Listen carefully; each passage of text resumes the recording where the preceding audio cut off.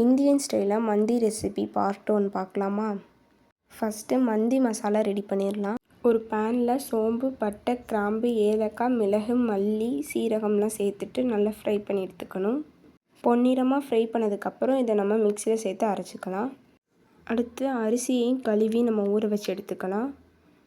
அதுக்கப்புறம் நம்ம சிக்கனை மேக்னேட் பண்ணி எடுத்துக்கலாம். நான் போன்லெஸ் சிக்கன் எடுத்திருக்கேன்.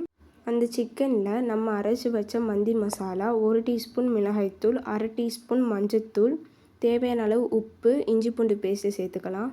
தண்ணி ஊற்றாமல் எண்ணெயை மட்டும் ஊற்றி மிக்ஸ் பண்ணிக்கிறேன். லாஸ்ட்டாக எலுமிச்சை பழத்தையும் சேர்த்து மிக்ஸ் பண்ணி ஊற வச்சுக்கலாம்.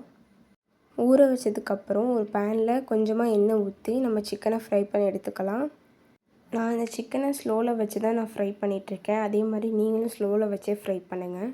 ஃப்ரை ஆனதுக்கப்புறம் ஒரு பிளேட்டில் எடுத்துக்கலாம். பார்ட் 2 பார்க்குறதுக்கு கீழே உள்ள லிங்க்கை டச் பண்ணி பாருங்கள்.